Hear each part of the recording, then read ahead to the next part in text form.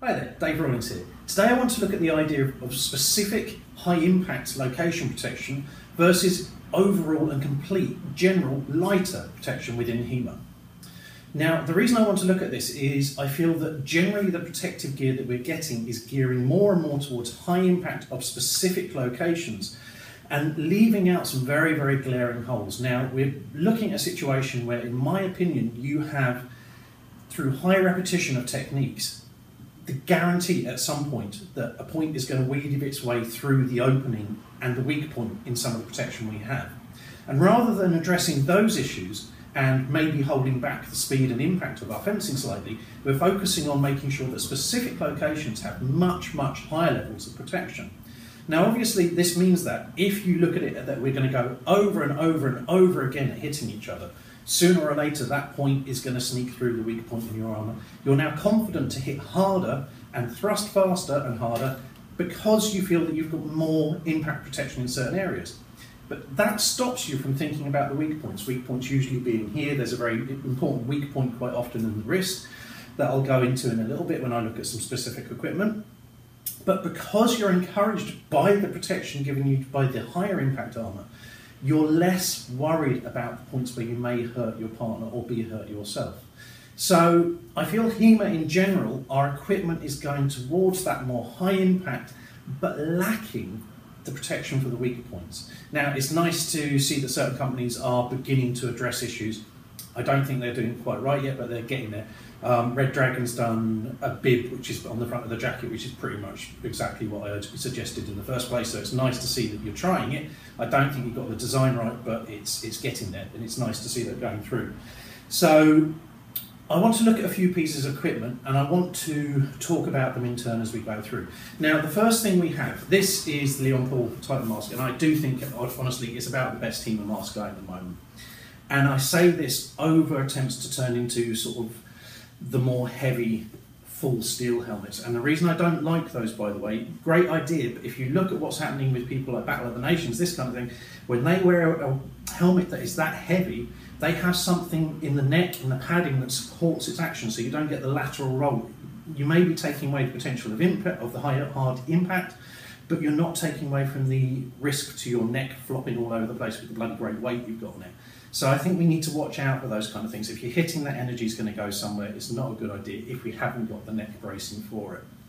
That's my opinion. I'm not a doctor, so go and ask one if you want to be completely sure about these things. But I would be very, very wary about sticking a weight on my head and then receiving a blow which is going to give me a whiplash of some kind. So I think a lighter helmet overall is a better idea. Now, what we've done here is we've accepted that masks are fundamentally disposable. They are there to protect you against, obviously, the everyday thrust that you're going to receive and impacts that you're going to receive, but ultimately they're there to protect you against that one which is the, oh, well, that was a little bit too hard, that would have dented, and the mask will crumple at that point, very much like a car crumple zone. Expect it to happen. In the worst case scenario, it's kept you safe. You have to get 200 quid new mask, fine. It kept you alive. It stopped you from getting a concussion, perhaps, if you have the right equipment in it. So going on to that equipment, these things, these little pads, I'll put a link up for them later. These are a wonderful thing. If your mask has room, just stick some of these around the impact points, and it takes a lot of that shock out of it. I got hit quite hard quite a lot just to see how these feel. You stick these inside one of these, it does a great job of mitigating a lot of the hard impact. Again, without the additional weight that gives your head this rocking motion. So again, that's the first point. The second point I would make on that is that we can gear our fencing. I hit very solidly. People like T's Cool hit very, very solidly. That's part and parcel of HEMA, but we do not, I think, want to lose sight of the idea that we are looking at a blade-based martial art where we can pull back on some of the impact. We don't have to be impacting so hard to prove our point. Maybe remove a little bit from the high impact and go back to the skillful so we can really start seeing fencing go through. Now I understand it's very difficult to do in a high adrenaline situation like competition, but that can be managed through rule sets, I believe, and through consensus and a willingness to enforce it. It is a tricky subject, but going to Spain, you see how the Spanish fence, it's completely different, it's lovely to watch, because they are looking at technique mutual exchange of techniques. Yes, they're looking for skill, but if you're going, well, okay, remove a lot of the high impact athleticism, and the high impact athleticism is more vital to sportive HEMA because we're not worried about what the other person's doing so much to us. So if we become worried about the other object, it being a blade, then we're more likely to hold back a little bit in the speed and the intensity of our fencing. If we remove that intensity, if we go back to skillful exchange, I think we can lower the expectations from our protective gear and look more towards general coverage. So, moving on from that, and I appreciate this is a little bit of a ramble, but thank you for bearing with me, I'm going to look at some of the stuff with jackets. Now, here. This is my Leon Paul jacket, and I have to say, I do actually very, very much like this. I've come back to wearing this again recently. There are certain glaring problems with it which are not unique to this jacket, and I think there's something that we need to again address within HEMA. Now, the first point I would make is this little hoop here for pulling the jacket off. Absolutely lovely. I fence left-handed as well. This can be a little bit of a discomfort on the left hand, so I'd like to see that tucked inside, frankly, but that's a minor quibble.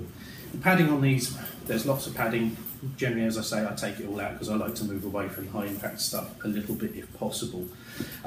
If you like it, you like it. Now, the big thing that I would say about these is the overlap. Now, everybody who's doing HEMA at some point, if they're right-handed, is going to have their left side forwards. If you're using a longsword, if you're in any of these positions here, wherever, here, you have your left side exposed. We should not have jackets which are simply protected by a linkage of the zip, and you can see here that there's no flap underneath. We shouldn't have the potential for this to go through the weak spot of the zip. So this is a big and glaring problem with some jackets. Some jackets don't have that, there's a big flap underneath. I would prefer to see a gatefold so that the zip sits inside two layers of fabric, like so. If you can see like this here, basically if I turn this inside out, here I'll have a flap with a zip here that the jacket sits inside, and then that's folded over like so. So there's absolutely no chance of a point going in through that flap. Now that's one way of doing it. We shouldn't have these single point protections where the zip is a big vulnerability. Now obviously these, when I first got this, there was a big hole through here which I mentioned in the collar, which was a fucking liability, but they sorted that, which I'm very, very grateful for. If that could be sorted, if the zip issue could be sorted, I think this is a very, very good jacket. I've forgotten how comfortable it is, and it actually has quite a nice tailoring, so it's a pretty good job of barring those things. Now, this, as everybody knows, is pretty much my favourite jacket, purely for the aesthetic. This is the Guardoni. They breathe very, very, very nicely. They're an absolute pleasure to wear. But again, even on this, we still have this single point crossover here. So when it's done up, exactly the same as the Spez, we have as the Leon Paul, sorry, I apologise, the Leon Paul jacket, exactly the same as that, we have this single point here. So if it goes through that on the left-hand side, which again, with most of the fencing we do in HEMA, that side gets exposed often.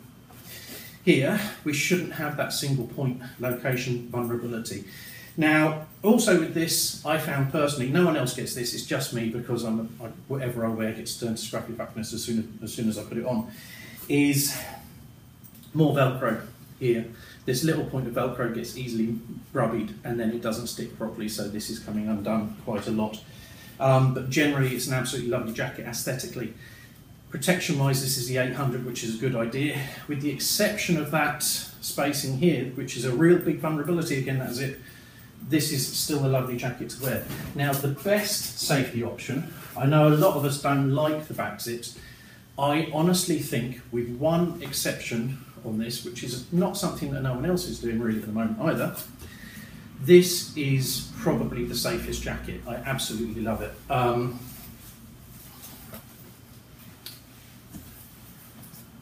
No problems. Okay, now I've got people that train with me that are using this for small sword, for rapier. It's absolutely comfortable. It hasn't got the same aesthetic as the other jacket, again made by Guardoni, but it really does have no vulnerabilities to it. It's got good protection under here. It's absolutely lovely. Again, I've taken the padding out of this. Good long reach on the wrists, lots of flexibility in it. This is a lot more comfortable to do up and take off than you'd imagine. it would be my #1 choice if you really want safety, until people are addressing that zip issue. As you can see, I've already done this up, so it's very easy to put on as well. It's not the issue that you'd expect to have. So do really consider this style of jacket. I think it's a lot more protective, and Guardoni have done an absolutely lovely job with this. They do have issues with their delivery at the moment. They're addressing that. I hope they'll get it sorted soon, and I appreciate that it's a very, very in-demand product. So, like I say, I think this is about the best jacket. Somebody said on one of my videos, and I completely agree, this should have a hard plate under the catcher here, okay? It should do, because otherwise it's very, very nice and very protective. If it had a hard plate there, I think it'd be absolutely wonderful. So, moving on from that, 2 big points in HEMA protection. Again, we're going for this high impact. The majority of glove manufacturers that I've seen are making a silly, silly mistake, which should have been rectified ages ago. And I spoke to Leon Paul when they did it with their glove. Spez already have this sorted because they have a solid cuff here. But a lot of companies are leaving here this gap on the wrist. So you see Leon Paul have now started putting a little, like a boot tab on here, which hopefully you can see here. But on a lot of them, you have a blank space where the glove ends, and then you have this here, okay? Now this means that when you're doing your high impact fencing, you put your jacket on, and you have a gap by the end of your wrist here, at the end of your glove, and that goes into there. And you see this on so many gloves in HEMA. There's a bloody great spot here where points will go, and I've seen points go in there. And sooner or later, points going in there go inside your arm, and that's not good. And that's a simple thing that people aren't addressing, that shouldn't be there. Why? Why? It's like putting a Maginot line in your fucking armour. Why would you do it? Okay? It's a really simple thing to rectify. Do what Leon Paul have done. I'm not sure how much I trust the thinness of this leather, but at least they put some protection there. That needs to be addressed on so many more gloves within HEMA. Do not put a space at the end of your glove where it meets your jacket where there's no protection. That is more important in many ways than the high impact armour that we're putting on. Okay? Obviously we need all this. This is absolutely lovely. I still really like the Spez and the Leon Paul Lobster gloves. I think they're very, very good.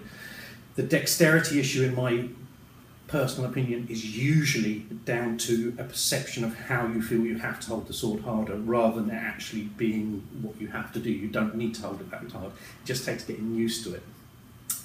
End of wrist protection must be there on gloves. Stop doing them without. This brings us back to the neck. Now, we're still having discussions about how we can add more impact protection to our helmets, how we can make the padding on our jackets more solid. We need better trousers, and frankly we need puffy pants. Everybody knows we need puffy pants. But we are still not dealing with important and simple issues like the triangle of death here, okay? Stopping things from going up underneath here. That happens rarely, but this, even with these back of head protectors, now I think it's the, I'll check actually, I'll put a link. There's one of the back of head protectors actually does have a flap coming down here, and it's very, very nice. Still not completely sufficient, but it's a damn sight better than leaving the triangle of death here. Okay, you've got a big space here where points quite frequently go into when we're fencing. Now this is because we are not dealing with a very, very linear style. I know you see a lot of people doing HEMA where they're just like, oh, we're running on a piece. No, we should have, and a lot of us do have the capacity to go in at angles. That means you quite often get hit at angles, and the fencing gear has got to respect that and react to that need. So rather than going for big, heavy impacts, start looking at spaces here, where there's vulnerabilities. And I say that knowing full well that I train with people where I'm wearing my puffy pants rather than my heavier Newton-rated trousers. But that's because I know the people I'm training with, and I'm willing to trust that they're going to hit me in the location because we're not going insanely fast. If I don't trust them, I'll wear the heavier stuff. But on this gear, look at these areas, please, manufacturers, where there is triangle of death, bad thing, different to the triangle of death when you're not wearing a mask, obviously, but triangle of death on the side of the mask here.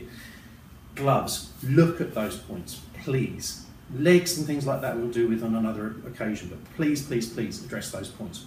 I hope this has been helpful. Take care.